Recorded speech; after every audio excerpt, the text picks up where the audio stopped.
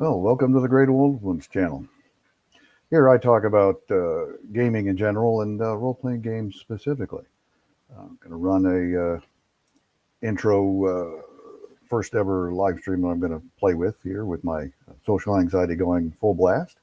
We're going to talk about Rolemaster. Rolemaster was an early addition to role-playing games, and it's been one of my favorites for a long time. So, in order to do this right, I think I'd bring on board somebody who was also an early adopter, and we'll discuss what we like about Rolemaster to help you all decide for yourselves if this is something that you would like. So we'll go ahead and bring him on right about now. We will talk with Gonzalo. He's got his own channel. I don't think he's got anything posted yet, but No, I we'll do bring, not.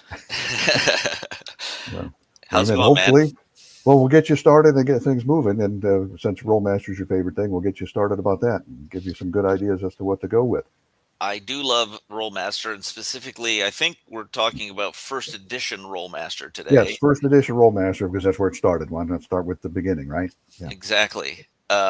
And I played it when I was young, and I know you did as well. Mm-hmm. And I have spent years collecting stuff. I'm sure you have too. Uh, Oh yeah, yeah. do you want Shadow to talk? World, you got to have it, right? Do you want to talk a little bit about the little kind of some history Yeah. Well, we'll jump right into a little bit of history and stuff too, because other games had gotten a little bit of an early start on it, and this grew out of the other need. I would think people wanted a little bit more out of some games, and the group that created this, um, they want a little bit more too. So we'll get another idea. And the first appearance of it was with Dragon Magazine number 40, is where we ended up seeing the first ever ad for Iron Crown Enterprises stuff. Arms Law, Claw Law, Rolemaster. The Iron Wind is their setup for their campaign and all this. So they brought all this out, and the first edition was advertised in Dragon Magazine number can you? 40. Oh, I'm sorry. Yeah, go ahead. I was going to say, can you go back to the Dragon magazine cover? Dragon Magazine cover. We sure can. Interesting. Um, Nice art. Flying frogs. yeah. I mean, it's. I don't. You think that's colored pencil is what that is, or I wonder if that. It's very Uh, interesting. Um, I hard like. to say. I need to bring an art expert on board, and that's not me. Well, I just like it because Yeah. it's not necessarily two titans fighting a sword battle or anything. It is just sort of a character study of fantasy creatures, and the Well, colors if are you great. take a look at the top, it says awful green things from outer space. I don't know that those would be awful green things from outer space. I don't know if that's what those are supposed to be or not, but I do like that cover a lot. And Mhm. it's interesting to look at these early zines or fan magazines and just see um, sometimes the art would be just, you know, horrible generally, but still a labor of love by people who, even though they Oh, didn't have the most talent, were still willing to put themselves on the line and try to draw stuff for their content. This is not an yeah. example of that. This is quite good. No, this is an example of really good art. I really like this. Yeah. Absolutely. Although Iron Crown Enterprises ad, not real sure about that. Uh, it Well, I definitely grabs your attention and stuff, but I don't know, too busy, I guess. I think they tried to do too much with this, but that's okay. I mean, you're right. However, this all every bit of this thing is hand written. The lettering, the I don't think there's anything that's typewritten like where a typewriter or anything word processor was used. This is all hand drawn out, every bit of it. And it's so what it says. So now this is an ad. Iron Crown Enterprises presents two new products: Arms Law, the something of Rolemaster. Can't quite read that little word. Rolemaster Systems. It also introduces the Iron Wind, which is Yeah. a great Rolemaster module, or it's really more of a world setting than a module. But Right, and they've since had since then, and it grew greatly. did that turn into a series? They've come out with Shadow World. I haven't really dug in too deeply on it. Did Ironwind actually morph into the Shadow World? Was it part of it? I don't know. Sounds like a No. topic to me. Okay. Yeah. Well, we um, want to run it. We can't do Rolemaster in one sitting unless we were here all day, and nobody's going to sit here all day watch us do any of this. We have to break this up into a bunch of settings, and there's one. So we'll talk about their setting because I think Shadow World was a fantastic setting. yeah, yeah. I think, and just interesting to see that, like what things looked like when it came out. Um, and I think what we want to actually focus on today is character law, first edition Rollmaster character law, um, to just give an idea of the character law is essentially the book that details the character classes, how to earn experience, what uh, different skill systems exist and things like that, and essentially how to make up characters and generally run the game. Um, so let me see. Do you want me to share that? Yes, let's go ahead and share that out. Or what's the PDF, right? Yeah. Yeah, the character law. Add to stage. Here we go. There we go. And that should be your share. You should have control of moving through the pages. I do. So this first uh, sheet, or this first image here, is the cover of character law. This is actually scanned from my own personal copy of this from the Rolemaster black box uh, that came out in originally 1980, I want to say. These existed as different elements existed as disparate things, but that's where I got it in the black box. Did you say you had the black box, or did you collect a few things here and there that were just their own things? I do kind of both. My major problem is I have collections of collections. Well, So any self-respecting nerd of our now, age. yeah, we bought the individual pieces when they first came out. I didn't actually buy a box set until it was a later release. It did a different color. I think it was second edition when I actually bought a full box set of it. I wanted this so bad. I want to say for I think my seventh grade Christmas, I want to say, I hounded my parents for this. This is all I wanted. I didn't care about anything else. And I didn't get anything else that year that I cared about. But I did. This is my Red Ryder BB gun from Christmas Story present. Was the Rollmaster first edition box set that year, and And I since we was. can't see your face, we have no idea if you lost an eye. I did not. I did not lose an eye. Rollmaster has a far less incidence of getting eyes poked out than BB guns do. I don't Far better know. track record. You need to read the critical hit table. That might be Well, on. yes, playing a character, your character is yes, but having the rules has been pretty safe. But what do you think about this artwork here?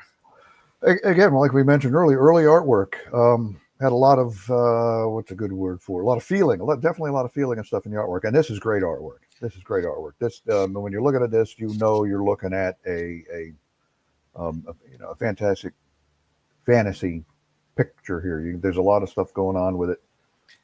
Yeah, I like the so you've got character law. Obviously, they've created their own font, their own character law / arms law font there that I really I don't like. know that I've ever seen anything like that before. It may not actually be their creation.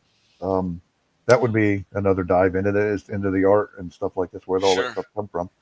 But I will say I like. definitely, it doesn't look like any other role-playing book on the shelf. No, and it looks like the artist is pretty decent here. I like a lot of times you'll see characters depicted, and they'll have perfectly form-fitting chainmail, that And like a which superhero affords suit. zero protection. Exactly. Right, Yeah, right. it's a little over the top when it comes to this. the clothes hang off the bodies in a believable, realistic way. There's musculature where there should be musculature, and sagging, like wrinkles in clothing where that should exist. I really like the guy in the middle with the main gouge. Is that what does it? He looks like he's got a main gouge in his left hand there. Uh, It's a little too it's small for me to zoom in on it. I'd have to put on my readers and look real close to the screen. But Do you know what a I, main gouge is? yes, I know Okay. what a main gouge is. It Yes. could be very well be because if you're talking classical fighting styles, Yep. you got a sword in one hand, and that would be your offhand would be a dagger or a main gouge because that's your defense. And This Rolemaster guy's the Rolemaster used those. Yeah, it the was guy as with the one of red the hair. weapons. You could pick. I don't Yeah. know what he could be. He looks like he's some sort of fire related, even though he's in human form. He could be some sort of fire related entity. He might be a spellcaster or something, but it lets your imagination. There's no these who these people are or what their character classes are not obvious at all in the way that modern fantasy stuff is depicted, where you look at the character and you know right away what that character is. These all three of these could be anything, especially in Rolemaster, where you can anyone can buy any skill, but we'll get into that later. Right. Anyways, I'd say this is a minus. I would give this the artwork on the cover an A minus for me. Oh, Um, absolutely. Excellent. let's Excellent art. Definitely. see what is next here. What do we got? Okay, so now we're going to be looking at. I just thought it would be nice. Everybody knows the creators of fantasy games that came before were more popular or whatever. I just thought it would be nice. Once again, love this font that they're using here. A masterful set of guidelines for fantasy role-playing character development, and Yep. design.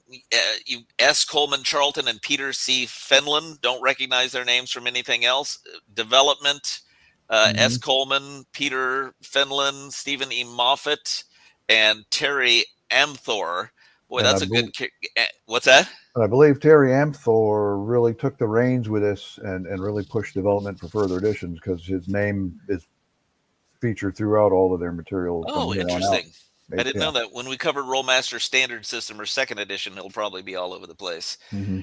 Graphics. I've included some of the art examples in this, which I really like. And Gail McIntosh is did a lot of this art on the interior. I don't know if she did. I don't think she did the cover. I'm not 100% sure. With the cover credits or something on there. Yeah. And we I'm not seeing them. Um, it it sort of looks like maybe she could have done it, but I don't think so. Her style is vastly a different, little as you bit see. different. Yeah, She her style in the rest of the book is slightly different than what was on the cover. Right. she studied in Italy. She has sort of an interesting art history or an art education that's interesting. So she's definitely somebody that is um, has a Well, should get a lot of credit for the style of this book. sure. There are no ever famous Italian artists Right, whatsoever right. at all. Nope. Right. Yeah. It's so weird. Such Yeah. not a hardly any tradition from Italy.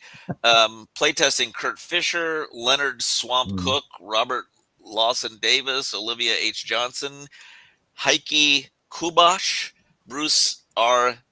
Needlinger, Sheldon Price, Bruce Cool Guy Shelby, Terry K. Amthor Amthor. again, Yep.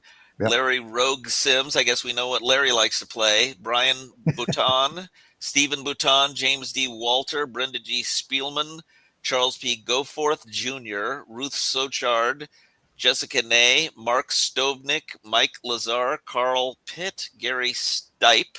Huh. Someone all I know is REM singer Michael Stipe. I'd never heard anyone else with that last name, and various other young dudes and dudettes. So they had Clearly, this was written in the late 70s, early 80s. Yes. yeah, and they had a lot of play. I mean, this is good.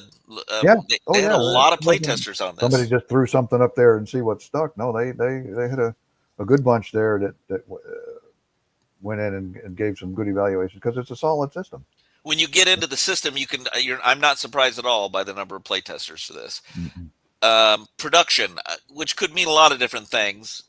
Brian Bouton, Terry K. Amthor, and Olivia H.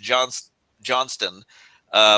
it's producers. It's always hard to know what that means, but obviously, a very These are the driving guys that force. these guys that put up the money and had a lot of say in how things went. That would be my first guess as far as production Interesting. goes. Okay, yeah, you're You probably know, right. what does a Hollywood producer do? Something very similar and Special facilitate making sure this gets to print and gets out there. Yeah. Yeah, special contributions: Kurt H. Fisher, Tom Williams, and Howard Huggins. Typesetting: USI Graphics typecasting.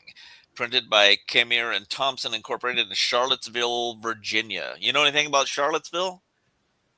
A little bit about Charlottesville. That oh darn, I'm trying to remember the university that's there, and it went out of my head. I didn't. I didn't think there was going to be a quiz on U.S. I geography just meant today. if you're familiar with it. I'm not familiar with it all, but you know there are other holy mecca small towns where role playing games have sprung from, and so just wondered Well, if there's anything special about this place. as far as Virginia's loaded with colleges, and keep in mind the early adopters of role playing games were universities and university students and stuff, and they're all over the place. Um, a lot of this stuff sprang out of university based communities because of I, I wouldn't think university students would have a whole lot of time to play games, but then again, I did go to college and yeah, we had plenty of time to play games and think about these sorts of things. I had whole So semesters I blew off to play role playing games and be in bands and other things. exactly right. Explains Exactly my right. why So I didn't yeah, so graduate till much I'm later. not surprised at all. I believe Charlottesville. Oh, I guess we Google's our friend. We can look it up, but Yeah, that's a it's deeper dive we could do sometime. yeah. A lot of Cop. this stuff grew out of college communities Yep. because they loved the concept of role playing games, but they wanted a little bit more, and Rolemaster definitely delivers that little bit more piece that people may have been looking for at the time. You can see this once again. All these are scans out of my personal books. Copyright 1982. So I obviously didn't have the first. I The didn't have first the first release, yeah. edition of first edition. Um, Iron Crown Enterprises. All rights reserved. No reproduction without author's permission. Okay. Hopefully this is just for this purpose of commentary. I'm not doing anything I I shouldn't do be doing. believe um, using it for quote unquote news type programs, talking about it, and we're not claiming it as our own. We're not trying to sell it or anything No, like no, this. no, no. We're in a discussion of the rule systems and stuff. I think that is fair use as far as I do that like. goes. I do really like the. I like the very simple black and white like emblem there. It's like a kind of an interesting You're a version. Celtic knot, yeah. Is it Celtic? I mean, it's in that Very style. similar, very Yeah, similar, yeah, it's very yeah. similar. Um, Which so gives it a authentic medieval feel, right? or Mhm. like Bronze Age, or it's indistinct. You don't know exactly what it is. You just know it's ancient and cool. Um, Yeah. I'm going to go ahead and go to the next slide here. There's another one right there in the, under the introduction. Yeah. Oh Although yeah, that's more along the lines of what Celtic knots look like. They seem, as by recollection, seem to be a lot more square-ish. yes. Yeah. That would I would say there's more Celtic influence in that image, and so, the introduction here, and just what they have to say here. I might just touch a little bit on. It says character laws designed to provide both the GM and the player with tremendous development flexibility. That's a very important concept for Rolemaster. Characters playing under this system are able to advance in skill areas according to their desire and cost effectiveness. Restrictions are few. The 19 character classes are designed to indicate a mental state and a lifestyle which was molded by a player's early life. These classes dictate the ease in which the particular skill is developed, but they do not generally act to prohibit development in any given category. Thus, a player is allowed to enhance his power in certain skill areas which would not be accessible to his character class under other systems. Only the Right. cost in time and lost opportunities in easily developed skill categories acts as a bias to the selection process. Exactly. This is it is. You could say it's class-based, but it's not. Any class can do things from other classes if they're willing to devote the cost in doing so. Yep. Yep. No rigid lines as far as that stuff goes. There's a couple of we've got definitions on this screen, which I'm Mhm. sure everyone can read perfectly. There's a couple, Yeah, sure. topics to Right there it is, right there, right. yeah. Um, Get my readers out just to even look at it. That's as big as I could get it, unless Yep. we chopped it up. Uh, Combat roll, a roll representing a combat swing or missile attack. Concussion hits, make you know what that is. It's essentially hit points, which, Yeah. interestingly, concussion hits are developed by a skill called body development. So, for example, if you don't just because you go up in level, you don't just get more hit points. If you don't buy body development, ranks of body Right. development each level, you don't get more hit points.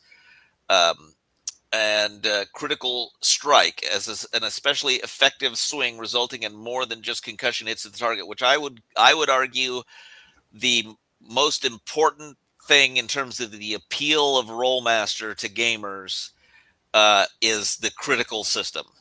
Right, because there wasn't anything like that in other games. In this, they provided something that people found that they wanted. They definitely gave people what they things that they were looking for. And the critical system was really popular.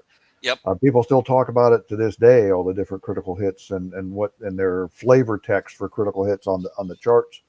Um, so they hit on something with that. Absolutely. A defensive bonus is a total subtraction from the combat roll to the defender's advantages, blah, blah, blah, dexterity. It just means what gets subtracted from someone attacking you. Fumble is essentially the opposite of a critical. A fumble is you can absolutely hurt yourself, and even badly, you can actually crit yourself when you fumble. I think it's possible. You can definitely hurt yourself if you fumble a weapon. Game Master, that's a common concept. Hits, concussion hits, I guess we're covering that again.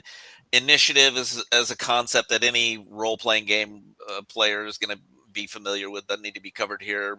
Maneuver, this is also another strong suit of the Rolemaster system. An action performed by a character that requires unusual concentration under pressure or risk. The action must be of Mhm. a physically active nature, not static, meaning jumping over a creek, swinging on a rope. There's tons of other examples of that. So there's a very um, well thought out, scalable maneuver system for people wanting to attempt maneuvers. And we've got information about that later on. Maneuver roll, martial arts. Yeah, for people that were looking for more detail in their rule system, this provided. Mhm. Now, how do I handle this instead of just coming up with something on the fly? Well, Rollmaster kind of gives you some more detailed guidelines to resolve that kind of stuff. They And you can achieve amazing extra benefits if you do very well, and you can break your neck if you do very poorly.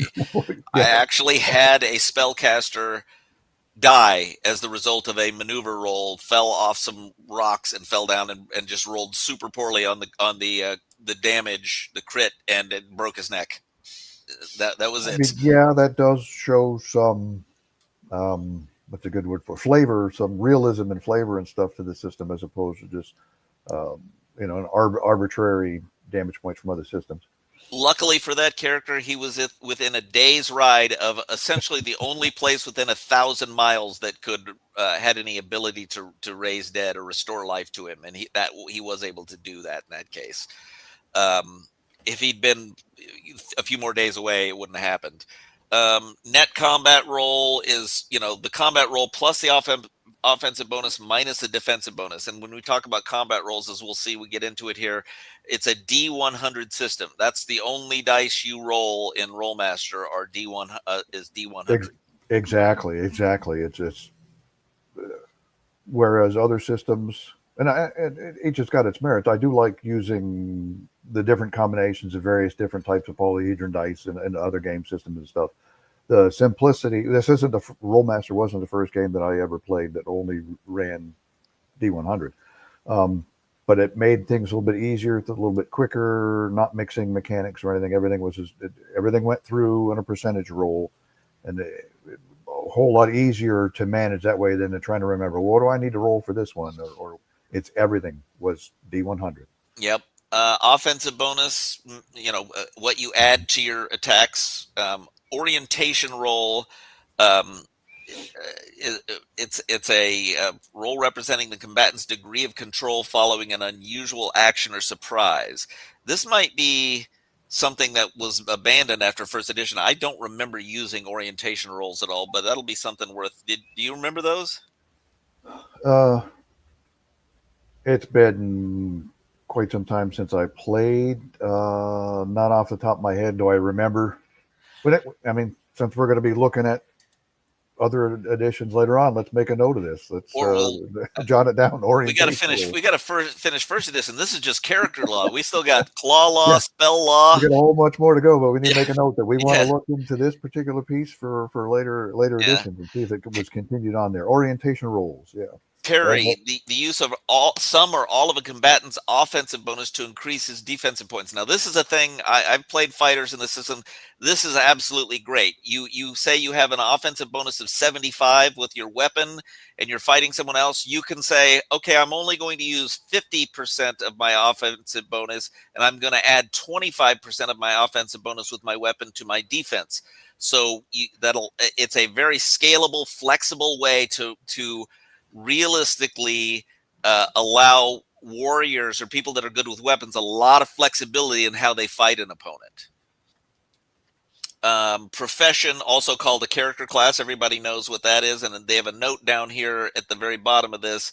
A percentage roll giving random results from 1 to 100 is a roll, which is essentially what we just talked about, just using D100 in this system. So, it's just some basic stuff. A lot of it's already known, but some of it is unique to Rolemaster. So I thought it was good to talk about it. They also talk about, and on this next slide, D100, and goes into more roles and stuff. Skill, an aspect of the character which enables him or her to perform an action more effectively. The term is used here to refer to abilities which are particularly applicable to fantasy role-playing campaigns and adventuring. Skills are another thing that differentiates Rolemaster from a lot of other early role-playing games. Not saying that it was the only one that had them, but and I've heard people talk. they went into more detail on skills and stuff, and brought skills more into play as part of the gaming element, other than, well, I'm going to try this, we'll roll a die and that's what happens. They brought more the skills into play as part of Oh, the gaming aspect. Yeah. we got some comments out. Dungeon Delvers out there. Rolemaster cramming 30 seconds of action into 2 hours of dice rolling and chart lookup since 1980. Don't mind me, I'm just yanking you all. No, I mean, that's why we, Paladin Steve. Hey, buddy, Paladin, what's going on? Paladin Steve is a big fan of TPKs. Yes, I noticed that. Yeah. So The Dungeon Delver, if you don't know the Dungeon Delver, then you do not know First Edition AD&D, which we're not trying to talk about that during this. This is a Rolemaster I think we thing, but agreed not to mention that yet. I just Dungeon Delver showed up, so I feel like we have to say something about the superiority of first edition Dungeons and Dragons. So there we go. Yes. We said it. Now let's move on with our discussion of Rolemaster. Not that I disagree with them. Not that I disagree. Yeah. No. So skills are something we'll go into later, but they're also very useful, and we'll get into those. Stat is obviously a characteristic. Rolemaster has 10 stats, which it allows for a lot of more granular ability to influence your skills and stuff like that. Key features of character law, personal characteristics, blah, blah, blah. I don't think that's a super interesting topic. We've got experience levels just like anything else, skills, character classes, individualizing characters, and then there are some optional rules. Now I'm going to get into, before we get further into rules and things like that, I want to bring up some of the artwork from the first edition Rolemaster book, which this is all the images I'm about ready to show were done by Gail McIntosh, the artist who had her training in Italy, and I think some of that comes through on this. And if you look, these are definitely, it's black and white, but it looks like watercolor. it does. I don't know if there are watercolor versions of. I think there actually are watercolor versions of this that are used elsewhere. but for whatever reason, maybe they didn't want to Because it print. was cheaper to do black and white stuff in between the covers. Yep, yep. Yeah. But if you look at this, I mean, it's clearly based on Da Vinci. Oh, it's Um, excellent. It's an yeah, excellent piece. And that clearly that is not a fighter either. That guy is using other skills. Yeah. yeah, he's an alchemist, which is a character class, if I remember correctly. Mhm. I'd have to. We'll get to the character classes here shortly, but I just love her artwork. And let's take a look at the next what we got here. We have a couple of images on the next slide here. Right. Good stuff. Action going on, and Yeah, you've got the fantasy feel to it, definitely. this looks like this first one with the warrior. Um, I like that he's got. I like the articulation of the armor, but it does look like a depiction that you would see something on a like a frieze or a wall somewhere depicting a famous slaying of a dragon. It doesn't look like what actually happened. You know what I'm saying? It's a historic, like this would be on a tapestry or something, and this is an artist depiction of a slaying of a dragon. Sure. And then the other one, I mean, these columns and vines and stuff definitely looks like Italian influenced stuff to me. Although the armor and stuff looks more kind of like Byzantine. But once again, an amazing. Clearly, this dude, in my opinion, is a half orc who's stealing something from that. I don't know. Maybe not necessarily half orc. Could be just a not Just ugly, sexually attractive human. Yeah. just ugly. I'm just gonna say he's a half orc. He's definitely not D- comely enough to be a troubadour. So yes, he's got to be. Yeah. so a dungeon Who's delver. the iconic artist for Rolemaster? I think and this is what we were getting to with showing these pictures was this particular artist. And you've got her name. Go for it. Well, I actually am not 100% convinced that she's the iconic one because if you look at the later editions, which we're not covering now, there are some artists that really have some amazing stuff that we'll get into at that time.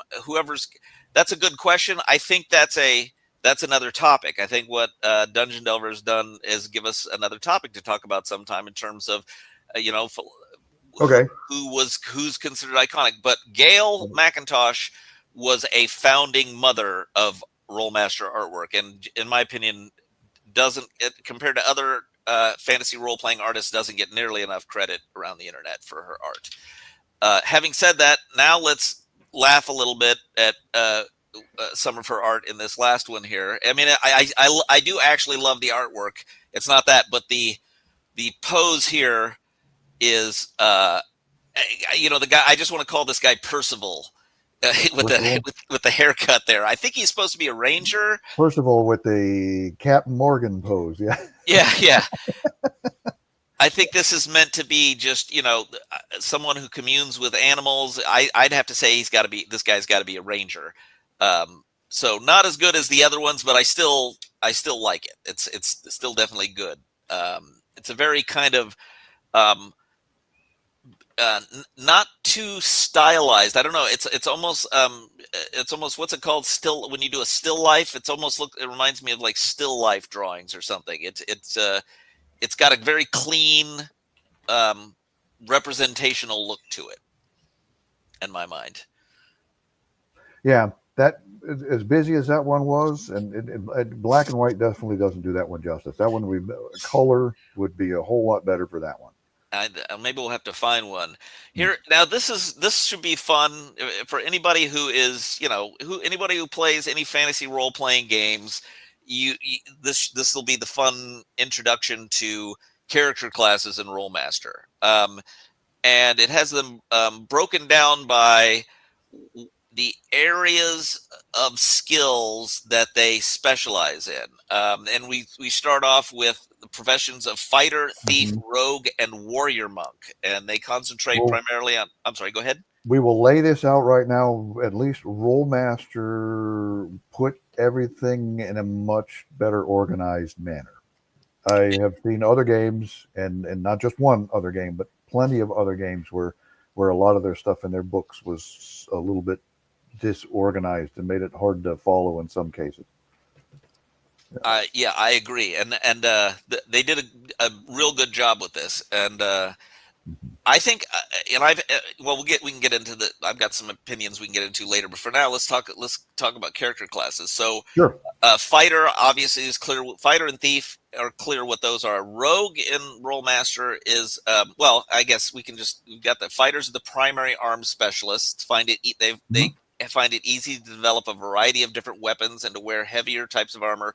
They are less skilled in maneuvering and manipulating mechanical devices such as locks and traps, though they are still superior to those areas and spell users. They have the greatest difficulty in learning anything connected with spells. Prime requisites for fighters are constitution and strength. Um, Yep. then thieves are special at maneuvering and manipulating. I think it's obvious, everyone knows what a thief is. Prime requisites Mhm. for thieves are quickness and agility. So this is the first one where you can see that you're dealing with 10 statistics here that deviate outside some other systems that you may be aware of. Right, adding in more defining characteristics of players' abilities. Yeah, Quickness is the thing that most of your just natural defensive bonus comes from your quickness. sure. If you Um, can avoid getting hit, then it doesn't matter how many points of damage it does. Rogues are characters with some expertise in thiefly abilities and more specialized knowledge of arms than that possessed by fighters. Normally, a rogue will be almost as good as a fighter with one weapon of his choice. The cost and development points of developing his thiefly skills will generally not allow him to be as good in these areas as a thief, but his flexibility is unmatched by either profession. The prime requisite for a rogue are strength and agility. So you could almost say an analogy for this one would be an assassin. Uh, Yeah, although I mean, I'd have to go back and look at the first edition skills. I don't know if because there were I'm trying to remember what they were. In later editions for sure there were literal assassinate. I'm trying to remember what the name of the skill is, but there was a literal chance to like crit somebody or assassinate someone.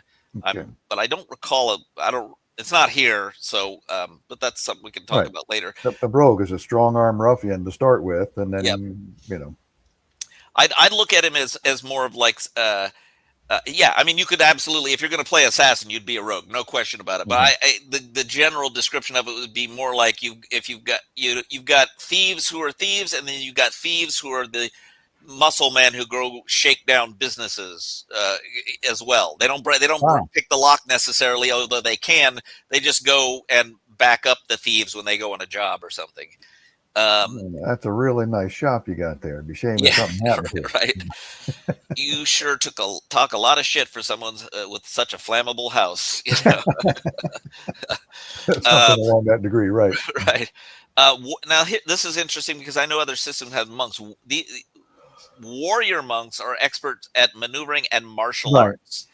Um, so that's exactly what you would expect based on some other systems that have monks. They learn to use normal weapons, or they're not as easily as others of this realm. They prefer to utilize unarmed combat using the special claw law martial arts table. And we'll do a live stream on claw law at some Right. Go point. another. Yeah, we're going to cover all of this, but we just have we'd be here all day if we try to do it all Right, in one right. day. Prime requisites for a warrior monk are quickness and self-discipline. Self-discipline is a very interesting stat in Rolemaster as well.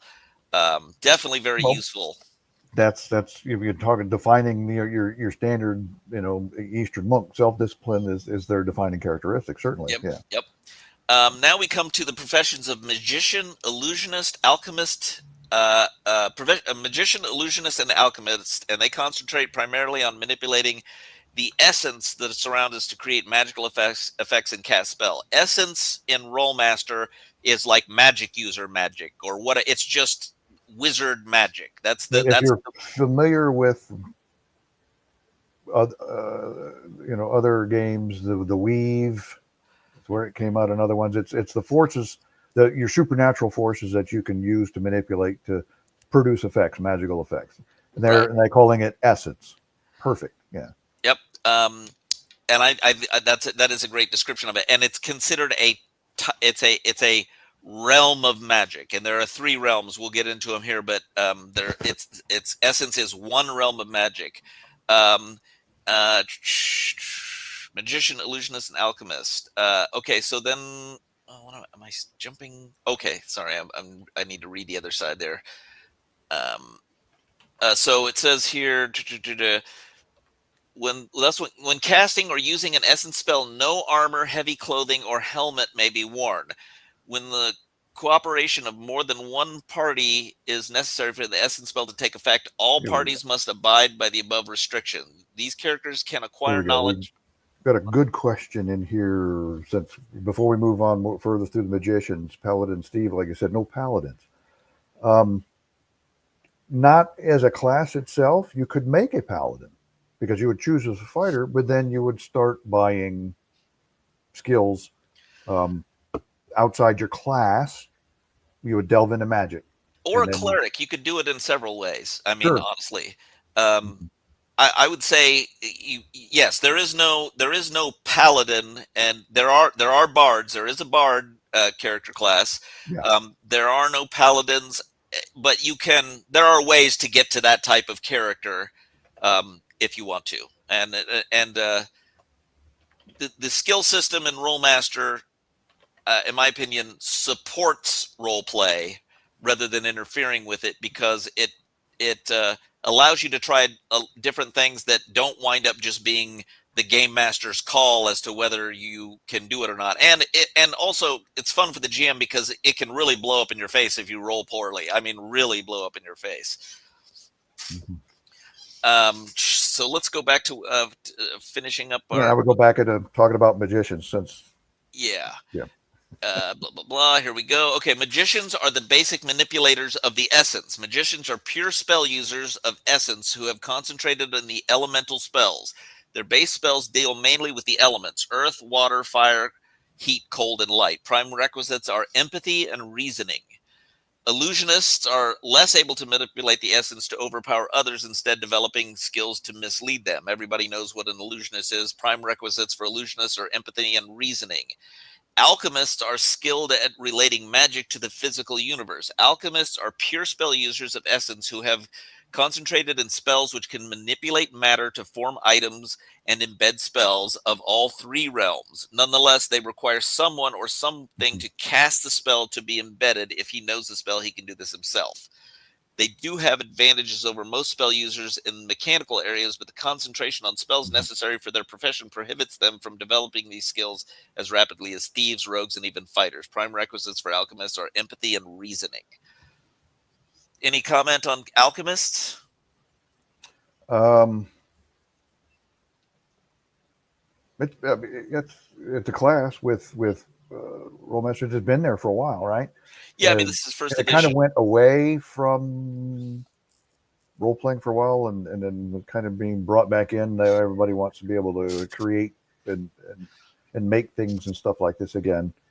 Um, so Yeah, they had something like that early on.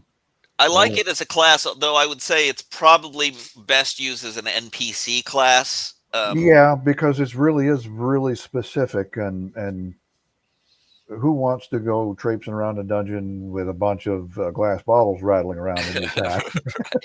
Although I wouldn't rule it out, I would happily let Oh yeah, you you want to know. play it? Great. Okay. Oh man, fall damage. So, Gee. so we've got Ah. Yeah. the professions of cleric, animist, and healer.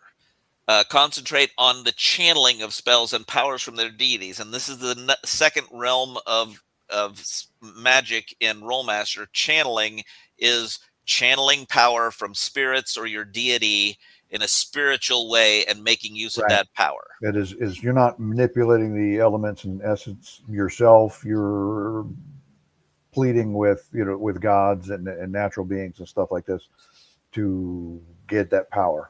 Yeah, and if you as a GM, can I just say, is there anything better than just not letting the one of these spellcasters use their spells because they've completely deviated from their belief system and their god's fed up with them? I Oh love yes, that. you haven't been quite so pious. I am not going to grant you that spell.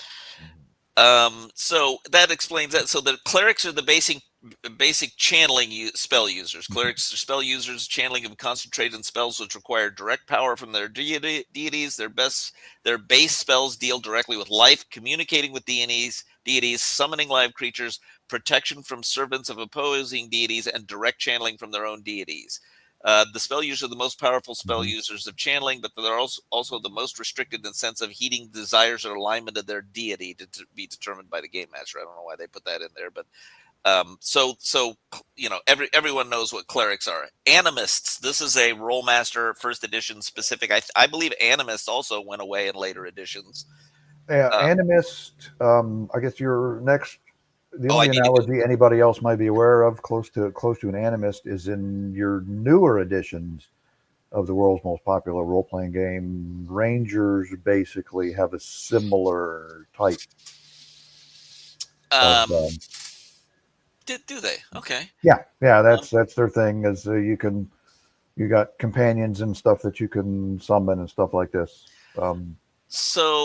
Animists are clerics specializing in studies and power concentrating on living things, both animal and vegetable. Their prime requisites for an animist are intuition and memory. Healers. Healers channel power to take wounds from others and use the enormous recuperative power of their bodies to heal the ones once taken. Healers are This is your difference with people's thoughts about what healers are exactly.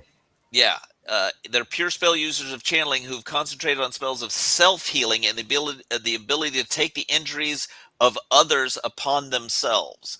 So this is a straight up healer, and that's what they do. They take the injuries onto themselves, and then they heal quicker than the person that they took it from. Thus, the healer can heal a person Yeah, by taking his patient's injury upon himself and then healing this injury gradually. The prime requisites for a healer are intuition and memory. and Um, it is definitely a unique approach onto what people thought healers and stuff were. People, healers more. You're thinking more along the lines of a physician or a doctor or somebody administering first aid and stuff like this. Where this takes it to a little bit to a next level. Um, the only equivalent that I can think of is if you're a big fan of the original series of Star Trek, when I can't remember the name of the episode, where they went to the one world and there was the one woman there, and I guess the mentalist or whatever were trying to train her on something, and that was what she did. Was she pulled the injuries and pain away from people onto themselves, and then healed it up. That's the only thing I can think of as an equivalent. Maybe they saw that episode and they said, "Oh, that would be pretty cool as a character class." I once played a Rolemaster healer who basically was an opportunist. Basically, he went along. He went along, but he charged for his healing spells. Like if you Of wanted course. healing, he charged for it. Oh yeah, that hurt. This is going to hurt me more than it hurts you. Yeah, Well, yeah, sort of an objectivist healer. yeah. Mentalists, lay healers, and seers manipulate their own personal essence and the essence immediately around them with their minds in order to perform magical function. I don't know why they use the word essence there, because they mentalism is actually what they're talking about here, which is the third realm of magic. Well, And if you consider that essence is their term for everything magic, you don't have to use the word like psionics on this one, which is basically kind of what it is. You're just using your personal essence as opposed to the essence of the entire world. no, So, I mean I get what you're saying. I just think it's confusing because there is literally mhm. a realm called essence. Yeah, So it's I think just I wouldn't have used that. I would use mentalism. But it's the power of again power of the essence channeled through the mind of the spell user. So maybe it literally is just a mental. Uh, Maybe it's changed. instead of casting spells and using material components and waving your hands around in the air, this is your you're drawing the power just through the sheer ability of your mind. Yeah, but it sounds like that you might be onto something. This might be worth investigating. That you're actually using essence. You're just casting it with your mind. But there is literally a completely separate spell book and realm that they call mentalism. Yeah. Um, Mentalists are the basic mental essence manipulators. Mentalists are pure spell users of mentalism who have concentrated on spells that deal with interaction of minds. Their base spells deal with the detection of mental presence, mental communication, mind control, mind attack, mind merging, and self control. The prime requisites for a mentalist are self discipline and presence. Lay healers can aid the recuperative powers of others. Lay healers are pure spell users of mentalism who've concentrated on spells which heal people and animals. Their base spells deal with the specific healing of certain diseases and injuries, organ, blood, muscles, bones, and concussion hits. Their prime requisites of a lay healer are self-discipline and presence. Now, this is a very important class for Rolemaster because criticals in this game you can wind up with broken bones. You can wind up with destroyed organs. You can wind up with all the things they're talking about.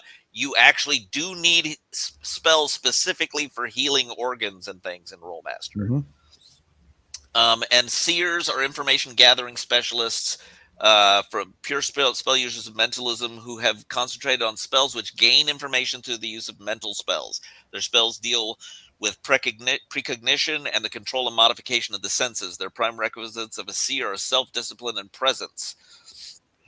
If you think about it, the closest analogy I guess you could find to something like this would be the Force from Star Wars. Yeah, that's a good, very analogy. Similar way of doing things. Yeah. Once again, love the Celtic knot designs that we see throughout this stuff. Just black and white art is cool because it gives it a medieval feel. It gives it a medieval feel, and it's basically based on medieval fantasy. If we want to put that theme out, and placeholders on pages and stuff, that's perfect. Sorcerers, mystics, and astrologers are hybrid spell users, combining some of the powers of two realms of magic in each case. You've got sorcerers, they combine essence and channeling. So they use some of the essence, and they also draw some power from gods. Sorcerers are hybrid spell users who combine the realms of essence and channeling, concentrating on spells of destruction. Their spells are quite nasty in Rolemaster. Their base spells deal with the specific destruction of animate and inanimate material. Prime requisites for a sorcerer are empathy and intuition. Yeah, this is not the Disney sorcerer, Mickey Mouse. No. Sorcerers are often of evil temperament, even though Rolemaster has no alignment system in it whatsoever. Well, if your powers basically center around destruction, that's not necessarily really a good thing. Yeah, you would definitely be shunned, even if not considered outright evil, depending on how you use your abilities. Mystics combine essence and mentalism. So they're hybrid spell users combine. They have concentrated on subtle spells of misdirection and modification. Their base spells deal with personal illusion as well as their modification of matter. Prime requisites for mystics are empathy and presence. Astrologers combine channeling and mentalism. They have concentrated on spells which pertain to gathering information. Their spells deal with detection, communication, precognition, communication. Their prime requisites of an astrologer are presence and intuition. And then we've got coming up on the last set, bards, monks, and rangers combine the use of arms with rudimentary knowledge of spells. So now you have another class of monk just called monks, not called warrior monks. Monks combine arms and essence. Their base spells deal with personal movement and control of their own body and mind, while their arms capabilities concentrate in unarmed combat. Prime requisites for monks are empathy and self-discipline. What do you think about that cartoon, The Last Airbender? I'm not familiar with it. Little anime feature and stuff with young monks, and not only do they have martial arts powers, they've got elemental powers and stuff that they wield. Air, earth, fire, and water. This is the class that I would compare to Jedis here, would be monks. Casting essence spells and physical combat. To me, that would be the closest one to yeah, but a lot of monks also do well. I mean, that they couldn't take the skill as well, but mind manipulation and stuff like this. These are not the droids you're looking for, right? Well, wait a minute. Let's apply this to Rolemaster setting. This is not the magic item you're looking for. Right. They could develop that stuff, but they don't. Yeah. They don't have it. Rangers combine arms and channeling. It's very, their base spells deal with operating in the outdoors and manipulating the elements, weather. Prime requisites for rangers are intuition and constitution. And then last of all, but not least, bards combine mentalism and arms. Their base spells deal with sound, lore, and item use. Prime requisites for a bard are presence and memory. Hmm. And then they go into detail of what the various bonuses that you might get. So you can see that it's a pretty well thought out, in depth set of kind of off. There's some offbeat character classes in there that can be fun to play. Sure, sure, sure. Yeah. Character development table is just a Well, I'm sorry. Go ahead. this is like what we were making mention to before. I mean, just because you've got a certain particular class doesn't mean you can't get the skills that other classes are using. It just may be expensive, and this table exactly highlights that right there. Yep.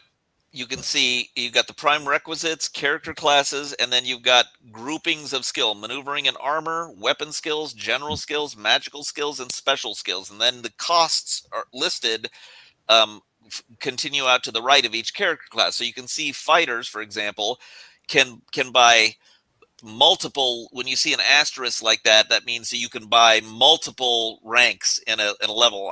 I'd have to go back and delve in deeper to determine how many you can do in first edition. I don't exactly recall, but it looks like 1 to probably 3 level ranks for a fighter of each of these types of maneuvering and armor. Maneuvering and armor is an important thing because it helps you offset when you're walking around in plate mail. And Hmm. this is the some of the realism of the Rolemaster system. When you're walking around in plate mail, it's hard to maneuver, and you have to buy skill to offset walking around in Yeah, plate mail.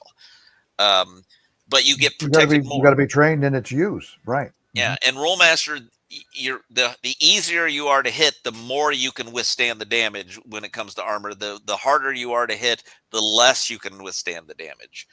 Hmm. um, and you've got weapon skills. You have to every character has to rank these weapon categories in order so that they match up with the uh, a learning set here. So if you look at fighter, a fighter would have to decide, all right, I'm going to take one-handed as my first category, so they could get 2 ranks in each. And like the first 4 or 5 here, they can get 2 ranks at each level. The first rank would cost them 1 development point, and the second rank would cost them 5. So if they bought 2 ranks of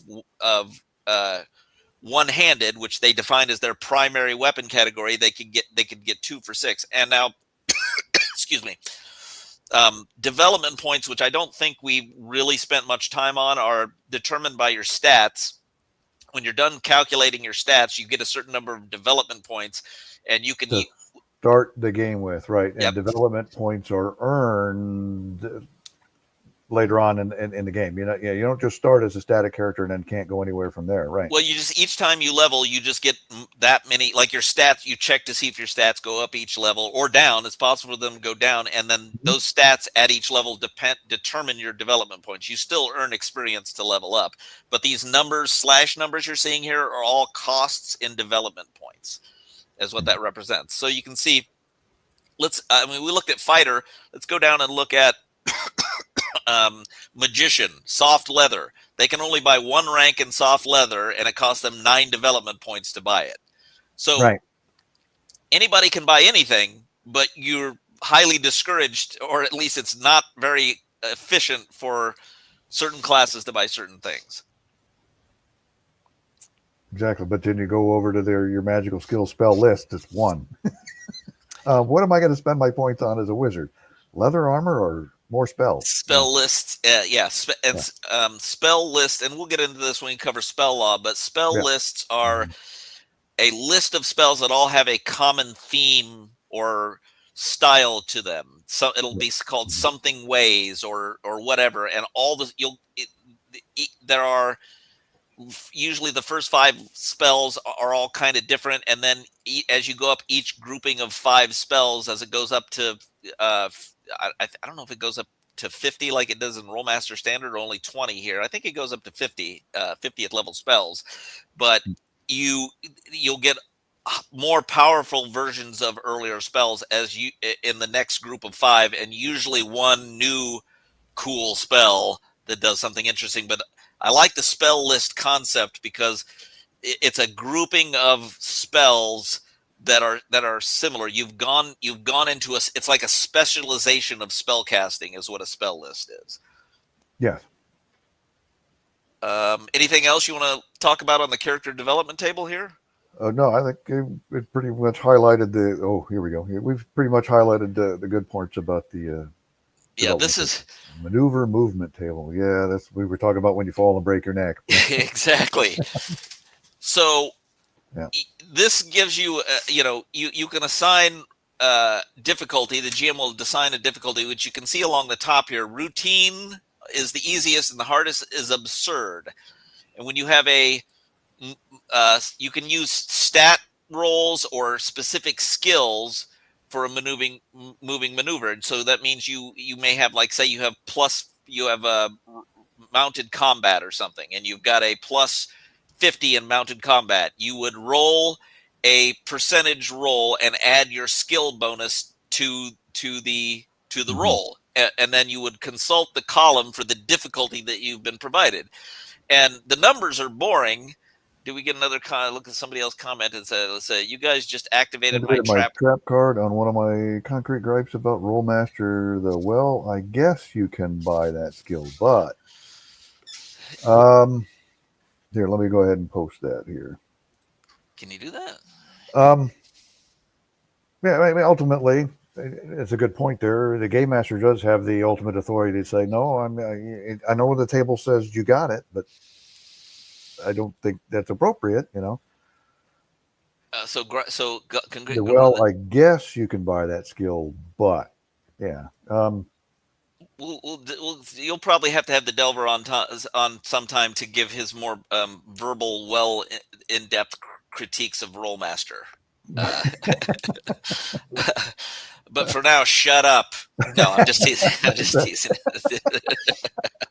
No, we it's can't do that. it Can't do that. seems to me like it's a facsimile of choice. It's not a Ah, choice. It's punishing players for more choices. well, right. I will not. Well, um, because it's more. Well, yeah, it's more expensive. Okay, yeah. but it Sure, you is can have handy. that, but it costs you this much to get it. I think it's more. I think it's really good for what I like about it is it's very good to, because if you don't have skill in a weapon and you try to use a weapon, you're liable to really mess yourself up. Uh, and I think it's very good. It's good for scenarios where there's a huge difference between having no ranks in a skill whatsoever and having even one rank in a skill, because you then get to apply your stat bonuses and all this stuff when you have one rank. When you don't, it's just a disaster. And I think it's good for, like, an essence user or somebody to have one rank and longsword. I mean, Gandalf used a longsword, right? I mean, he used swords. It doesn't mean he was amazing with it. I don't, I mean, he did kill the Goblin King, I want to say, with the sword, but I think it just allows for a lot more flexibility and differentiation. If you really want to role play, if you really want your person to be unique, and you don't want to just have a mass deficit in some basic things that could be useful, it's handy to have just one rank. I don't think many people are going to spend 9 every level and really develop something that costs that much across a bunch of levels. But it does, in my Mhm. opinion, allow for differentiation and uniqueness of characters. Sure. Um, but it's fun to read some of these. Like, for example, let's take a look at what some of the results are on Well, yeah, some like I let off pretty much early on in the stream. Some of the funnest things was some of the quotes and stuff that come out of their. like absurd. If you can, and also D100 rolls are open ended. So, for example, if you roll 0 to 5, you roll again and subtract from it. If you roll 96 to 100, you roll again and add to it. That's why you have the range on the left column of negative 201 to 276. So you can see with some particularly bad rolls, you can wind up under absurd, for example, with the worst roll possible, fall crushes skull. So you said, I'm going to leap across this ravine with the drawbridge is up. I'm going to leap across the moat. You could wind up with fall crushes skull. You're dead. Or you Yeah, could wind up with, at the other end, move stuns all foes within 50 feet, which stunned in Rolemaster matters. It really literally means those foes can do nothing. All foes within 50 feet of you can do nothing because your move was so amazing they can't do anything for a round but be stunned. Unless they have their adrenal some of the adrenal skills, which I can't remember if are in first edition or only later, but there are some skills that allow you to just adrenally get rid of being stunned. And there are also some Right. spells which can remove stun, instant spells which take up a percentage of your action. Anyways, it's interesting. This is what a lot of people love about Rolemaster are these crits and these results from these things. Let me move on to the next Yeah. one here. People loved some of those things. Some of the flavored text that they put in there for they're still talked about, still quoted. Yep. Mm-hmm. This is also another. This is just some charts that help the GM. Difficulty category is difficulty routine, and like what you should add or subtract to basic modifications of different scenarios depending on what you're hiding or picking pockets or things like these. These are Mm-hmm. modifiers. It also adds some special modifications down here, which is to be expected. If you're trying to sneak and you're wearing plate mail, it's going to be a problem. But this is just to show you, they do provide a little kind of context here to that stuff. Right. They've given you some tables of some extra guidance and stuff to help you And manage those events. And a table or a rule is a solid framework that all players and stuff can agree on.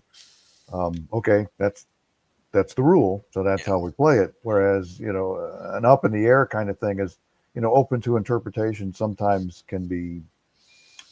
So you might feel like somebody's picking on you or something, but if I got a hard, fast rule says here's the adjustment, bang, this is our framework that everybody can agree on. Yeah. Experience guideline chart. Now this is in depth, and this is one of those things that you can really get into the weeds on, Mm. but they do cover a lot of things that I like that aren't necessarily always covered in other systems in terms of, okay, so you've got kill points.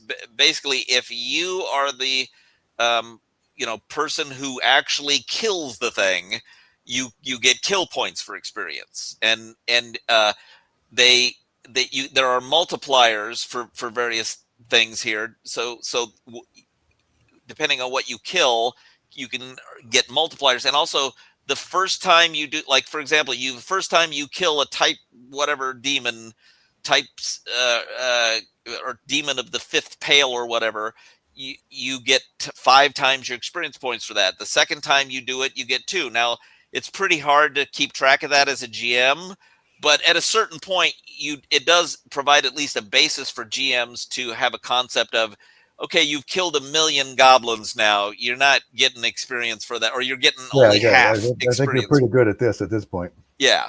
Um, I mean, it equates to another game that I played early on. The only way you got experience points for anything, you didn't need a whole lot to advance in a level, but you had to beat something that was your level or more powerful than you. You couldn't beat on minions and get anything out of it. Gotcha. Yeah. That makes sense. Hit points is next. These are you get experience for each hit point you receive or deliver. So that's a super flexible way of tracking. Providing for experience. Criticals, when you get criticals, you get multipliers and extra experience points. The funniest tabletop story I was ever involved in entails 2 Rolemaster sessions that took place 3 to 4 years apart. Okay, that's something that we got to hear about sometime. Definitely.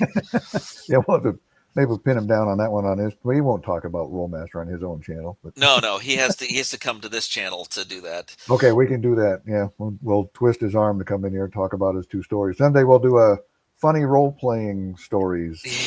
Yeah, there you go. Another idea. Boom. The hits keep coming. Yeah. Idea points. Another one I love. It's very vague and gives the DM a lot of flexibility, but I love the concept of people who come up with ideas.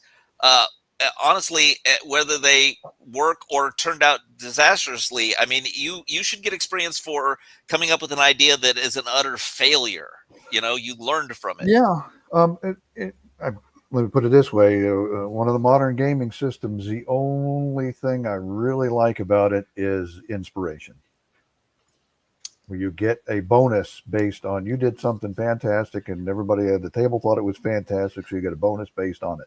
Yep. And this is right here, 1980. They were talking about the very similar thing. Yep. Maneuver points. And once again, for maneuvers, you get experience points for maneuvers. So when you fell and broke your neck, did you inspire the rest of the characters at the No, table? that was not the no, they weren't inspired. There Yeah. was vast anger at the GM when that happened. Untapped reservoirs of anger. But it was your fault, not his, really. Yeah. Hey, the dice did it, you know. Dice fall where they fall. Yep. So we've got death points.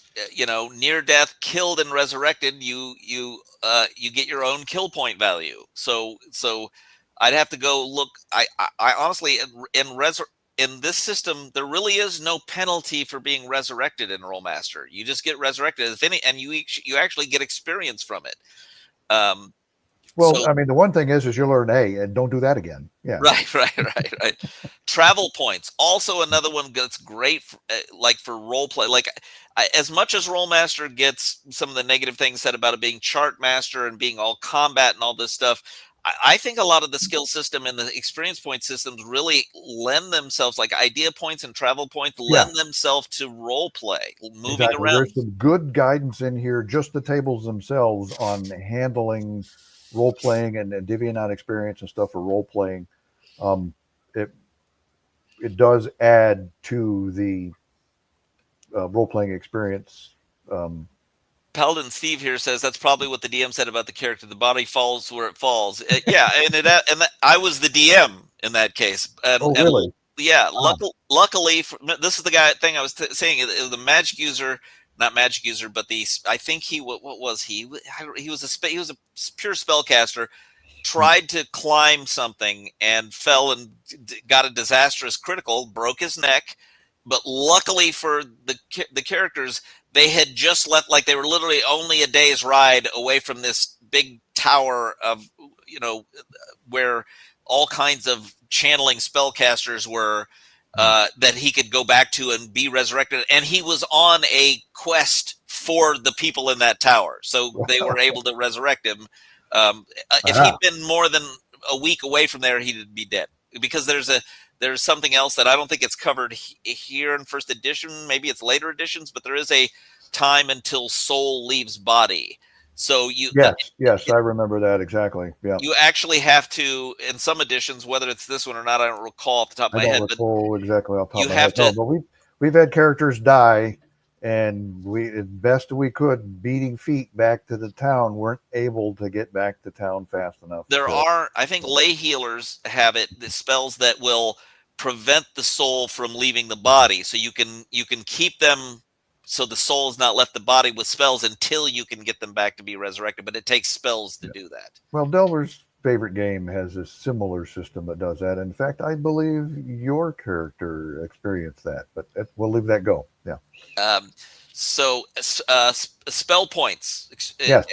Every PowerPoint use you get one experience point Right. for every one PowerPoint. And if you cast a 20th level spell, that's 20 points. That is your primary profession. You should get experience for doing your primary profession. Exactly. You cast a spell, you should get points for it. Yeah. Religious points, bonus equal to the Mhm. magnitude of an experience where the player interacts with the deity or achieves a goal of spiritual significance. Again, role play. Yep. Essence points, 1 point for every. Wonder why they call this essence points. 1 point for every gold piece worth of jewels. Oh, which the player has destroyed. Oh, Player right. must, Right. yeah, You get experience points for destroying things destroying. Yep. in the process of casting spells or making things or stuff like that. This is another, once again, in my opinion, role Because you're play. pulling the essence out of the item and stuff and using it exactly. Yep. And Yep. then, oh man, now I'm all out of diamonds. I guess we got to go adventuring again to find more diamonds, right? So we've got up next. We've got a look at the experience points versus level and the non-player character chart here. Yeah, level was irrelevant to class. It was standard all the way across the board. Everybody was the same. You get, yep. Yeah. You basically, you could essentially equate most other early late 70s, early 80s fantasy role playing systems. You typically, a level in any of those systems would equate to twice what a level in Rolemaster is. So like a 10th level fighter in Rolemaster would be a 5th level fighter in some other system. That's a vague way to look at it, but I like that it's this once again. ease of use. It's the same amount of experience points no matter what the class. There's tons of ways to earn experience, and each time you earn experience, you check your stats to see if some of them go up, some of them go down. Once you've locked in your stats for that level, you then know how many development points you have to spend to buy skills and spells at that level. Right. I'm not going to even get into the non-player character chart. That's not. I think it was just part of the page, is why I included. Well, it it's there. the racial abilities and stuff. Oh, wait. I mean, they've also adopted different races, had different levels of ability and things. Right. They were. We got to wait for it to go back because I went to the next one prematurely here. I forgot that the race abilities chart was at the bottom. So yeah. So here are the races, playable races now. Trolls are not a playable race in first edition, yet they're included here as a race. And you see different races get different stat bonuses, and Rolemaster stats are D100 stats. They're measured in 0 to 100 or whatever, and different races get bonuses to their stat bonus. It's not these are not bonuses to the stat itself. These are bonuses to the bonus that you get. So if you have nothing, but you're a common man automatically gets +5 strength no matter what, and +5 self-discipline. And I love that if you look at the elves here, they're all minus to their self-discipline. Elves are severely lacking in self-discipline.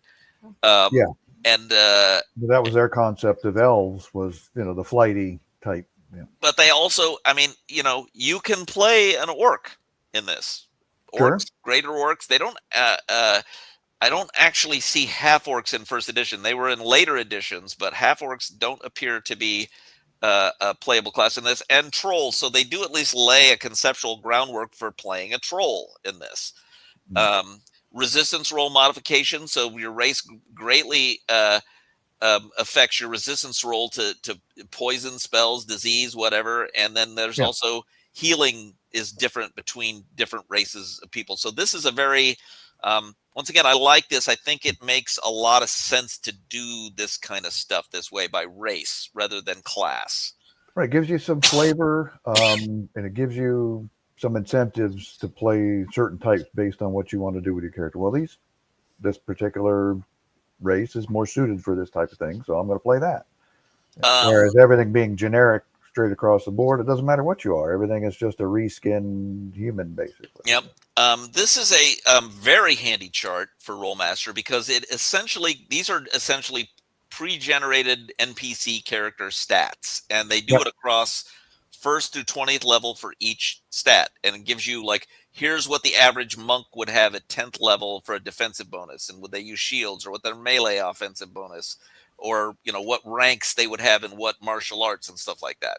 Yeah, this is from probably they didn't like having to go spend money on buying the Rogues Gallery book, so they put it in the back of their own book. But this is a very handy page. Use it all the time. And then this is they do provide some cultural world, just essentially, there's not necessarily a Rolemaster world yet when this came out. No, not when this came out. But they do provide their own kind of, another thing I like about Rolemaster is that I love the idea of healing herbs and using herbs for things instead of necessarily potions. Well, I mean, that comes straight out of Tolkien's works, right? I mean, that's what Aragorn did. And here they love that particular concept too. So we're going to adapt that into our game, and we're going to give you a list of herbs, and this is what they do. And they're a little more grounded or at least connected to the skill system. You can see some of these sense enhancement things, infravision for 6 hours, haste for 3 rounds, concussion relief, heals, specific repairs. Once again, very important in a world where you got crit charge, right. You get specifically listed damages. Well, they've got to come up with a way of accounting and countering that kind of stuff. So their herbs was one way they did it. Yeah. Yep. Very, very interesting names here. Antidotes are listed, cures for different, and also I like there's preparation. It has where the plant that it comes from, where the plant can be found, the Mhm. name, how to prepare it and apply it, and its effect. So this is a very in-depth, uh, almost a crafting, an herbal crafting system, which Oh, so 1E Rolemaster had antidotes. Aha. yeah. And so honestly, I think this, as far as I know, I could be wrong, but I think this might be the first herbal crafting system that was ever in any role playing game. I'm sure someone will correct us on that, but it was definitely Well, early. somebody may know a little bit more, but I don't recall anything in any of the early games that I had anything like this. No, they went kind of, for lack of a better word, nuts on this herbal crafting system. It's great. It's great. It adds a lot of flavor to your game. Certainly. Next up, we've got Poisons. Yeah, they definitely had a serious list of poisons. right, Yeah. and poisons work. And we'll get into resistance rolls here shortly in Rollmaster. Mhm. But poisons work are have a level, like a level 10th poison. It attacks at 10th level, and if you're whatever level you are, there's a chart, and you juxtapose. So higher level you are, the more you can resist higher level spells. But also poisons are assigned levels, so Mhm. you can see kills instantly, minimal effect, coma 1 day, flower, form, paste, potency, attack level 60. So that is not one you want to F with. You Right. don't want to, ol Akana. You don't want to mess with that. Nope. Um, Nope. Nope. Right. and They went into detail and stuff on the poisons, and they were different. They did different sorts of things too, not just everything didn't just kill you. and you can see peculiar breads down here, which you can see my handwritten pencil notes that I wrote on my first edition Rollmaster thing here. I don't know what these numbers mean, but You were might have been. probably maybe you were assigning a level to them. Yeah, maybe. Whey bread, 1 loaf is sufficient for one man's monthly rations. Seaweed spinach provides one man's week rations per demi loaf. So, there's a little, it's a little more, kind of fits in with poisons and food and stuff like that. It's kind of interesting, a little Yeah. kind of, More lembus. Yeah. yeah, yeah. Now we also come upon another interesting thing: indigenous diseases. So they have a whole system very similar to Mm-hmm. capturing diseases, hair loss, loss of eyesight, paralysis, hemophilia, hearing loss. I mean, you name it. Um, Sure. If you've eh, got a system that's where characters have powers to get rid of disease, well, then you're going to want to create a detailed list of diseases and stuff that they can deal with. and it has the Uh, source too, which I love. Like you can it comes you could get this disease from this plant or this creature or mhm. whatever. There's one Kamak, surface feeling loss, question mark for where it comes from. No idea. 12th level attack level for that disease. Surface feeling loss. Numbness. Yeah. Hmm. So next up, we're going to be looking at the resistance roll chart for first edition Rollmaster, and this is actually not in character law. This actually came from This is arms. the DM shield. No, though. No, this is actually a lot of the um, materials in arms law. I think this one was actually arms law, but it might have been spell law. But they came on these vellum. So this if you look at this, it looks sort of like the early OD&D stuff. The covers of them, but it's this is a single cardboard cardstock thing It's that not. It's not vellum. yeah, no, not vellum, and it's cardstock. But this basically breaks down. So this applies to poisons, spells, diseases, whatever you're doing. Everything has an Mhm. attack level, and then you have a target level, and you can see if you get attacked by a 10th level spell, and you're 5th level, you have to get a 65 to resist or higher on D100 to resist the spell. So it just you know an, and I'm trying to remember, the attack level is the level of the spellcaster. So unless an optional rule 9.1 is being used, but so if you're fighting a 10th level spellcaster casts a first level spell on you, it's not a first level attack level. It's a 10th It's the level 10th attack level level. because he's casting it with that level of power, right? That's right. That's right. And I really like that. That's the rule that I would use in this. Mm-hmm. And the same thing, diseases and poison and all that. Um, and you can see it after level 15, everything only increases by 1.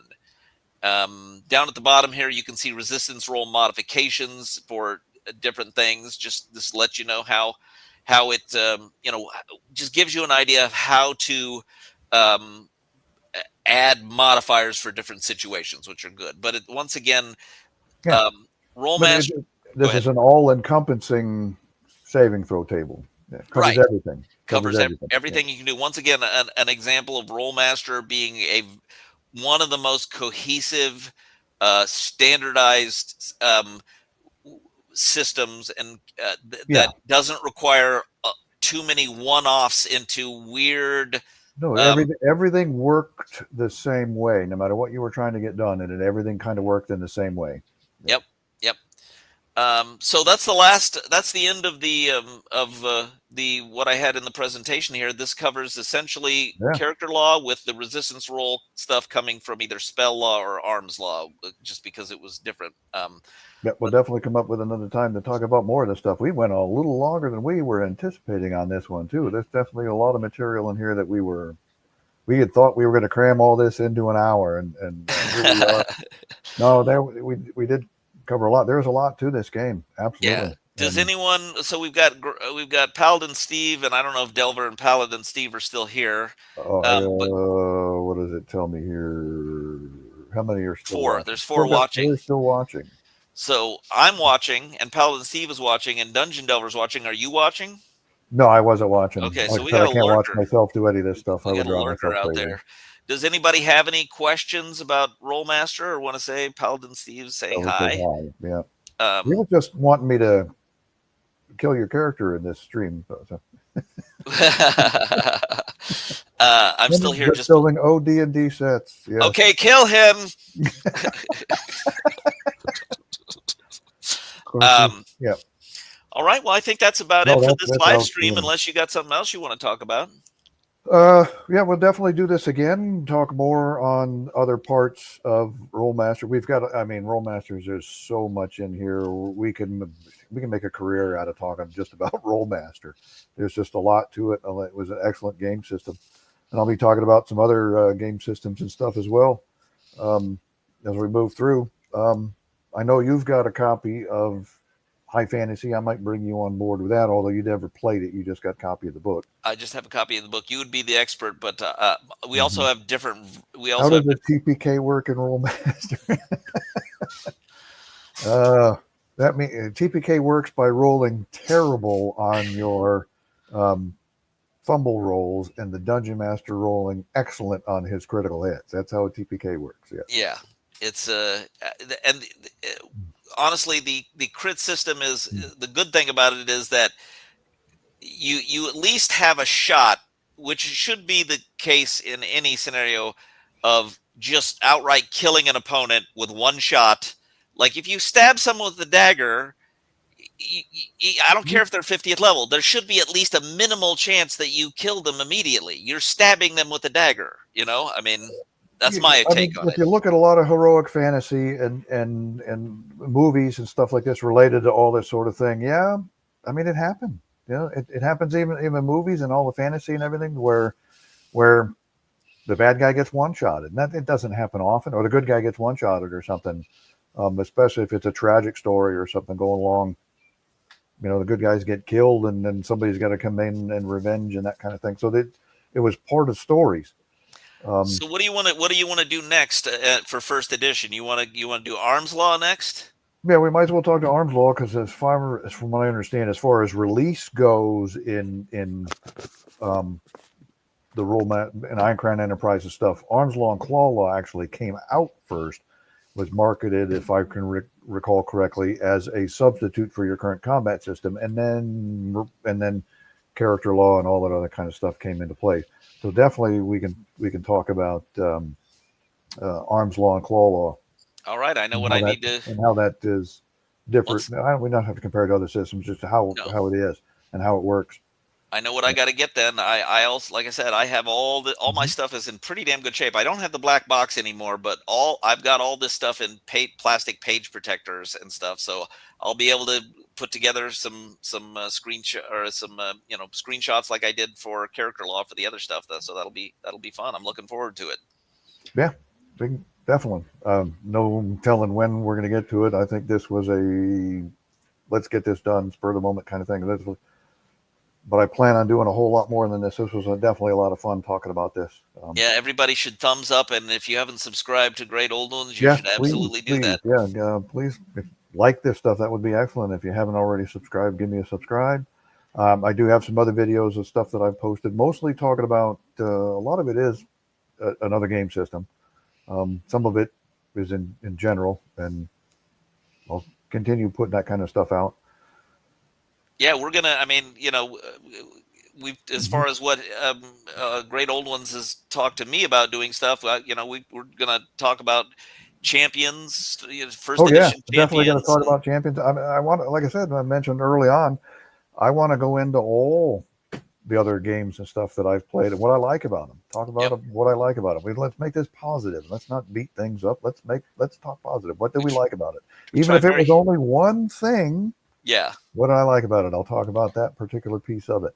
The Um, comparisons can come later. For now, it's good to just tr- refer to other game systems as little as possible, and just talk about the game system that's the just topic. what we're focusing on, right? Right. What are the high points on this particular thing, right? Because we compare things to one another, then you jump into the picking on somebody else's favorite, and I don't want to do that kind of thing because your favorites are your personal choice. Maybe I'll do a little of that. I'll do that on my channel. Why You do the Rolemaster is offensive the part of one it on true your channel, yeah. yeah, why Rolemaster is the one true system, and all heretics must be burned. Ah, yes, that's a great way of getting followers. Absolutely. Yes, I have many followers. Well, yeah, excellent. Well, thanks. Appreciate you hopping on here with me and doing this, Gonzalo. This was great. This was a lot of fun. I'm looking forward to doing a whole lot more of it. Yep, me too. All right, I'm gonna cut you loose for a moment and then do my little quick exit. Take it easy, sir. Yeah, you too. All right, well, there we go. We had a nice little discussion on the little parts of Rolemaster, and we'll definitely dive into a little bit more Rolemaster and do the best I can to try and provide some more, as much entertaining stuff as I can, um, and come up with some other things other than this. And I will talk about my favorite game system of all times on occasion. I'll do the best I can. Please, if you enjoyed this, like and subscribe. Watch my other stuff. Leave some comments on this. Things that you'd like to see. Absolutely, appreciate it. And thanks you all again for joining.